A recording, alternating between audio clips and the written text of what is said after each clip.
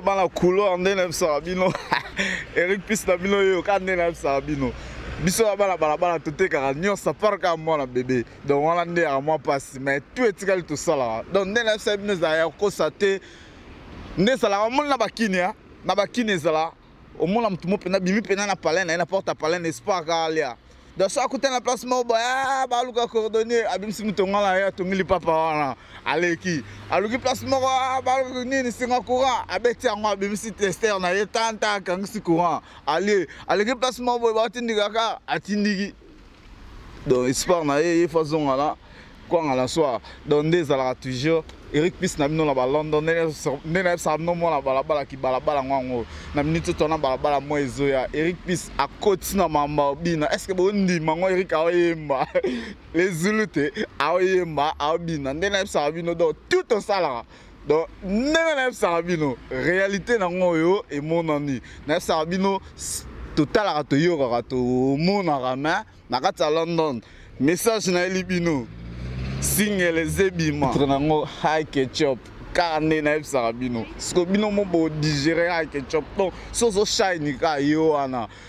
titre nango yango wana donc eza na boulot ba boulot nango ba chocolat chaud to bosser ba vie mongolais to bosser ba smoky la ba na kati to bosser donc ba boulot pena tel meza makasi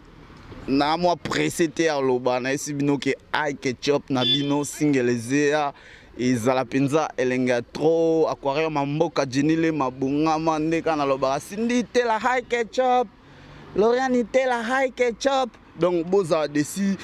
la décide pour erumela te eloko na bina kitoko Eric Pis penza zo kata penza luketa mola penza Eric Pis donc azo kata pena donc Eric Pis azo kata parce que botu Eric Pis au kata ndeni donc au kata mamonde na Sabino ai ketchup izoya ma betoning salon dans na tambo Sabino me condoléances quand avait na seke Japan na penza molimo sikeze pe mana kimia bana balabala balobi molimo seke le japonais ko ya na kimia place ezali kim pe mana kimia po soka zalaki po ai ketchup na ebika lingara beta bilele limbaka ba couleur nyonso J3 c'est un autre méchant les sous-mains qui sont à mes salaires na kimande marambango salaires mais toute famille surtout tigali to bara ai ketchup pendeze ya single oyo bovina nga boko sepela ndena ça revient Robert Mbanzo linga Robina Pierre Landou les silencieux Charlie Schengen prêtre Guy les parisiens zo ba vient nga moko boye bozo sepela na ai ketchup John Ngamuna baya bozo sepela balobi bana tout ya salon merci beaucoup sepela na ai ketchup na bino na nzela ba vrai chéri ba Jenny le makwara mamoka ba bibi chez Kiala ba Magali bokungu ai ketchup ezoya na zo continuer koloba ba nanu mambika ai ketchup ezoya ba Chantal Panzu ai ketchup ezoya ouais ndeka na zo Sabino les jeunes maître les gambozela ai ketchup na bino ezoya Eric Pis ça sala toujours marambelengi na balabala po amona balabala bozaya o sepela po eloko yango eloko na biso tout ça on elengi ba vrai chéri penza balinga masola luketu bozela ba DJ nyonso ya bino eza na nzela ndenge ezala toujours pour na ai ketchup peace and love smoky la mwana balabala otikala bien tout cela boulot tout ça là na ai ketchup ici là pour bozala décider bo sepela mais na fc bino singola ngo ezoko ya Eric Pis Lady Boss na titango ai ketchup ndenge ezala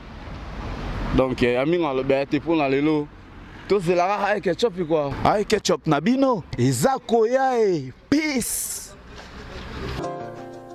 New single High Ketchup by Eric Pis coming soon. Ezakoya bozelangu maboko pwelele.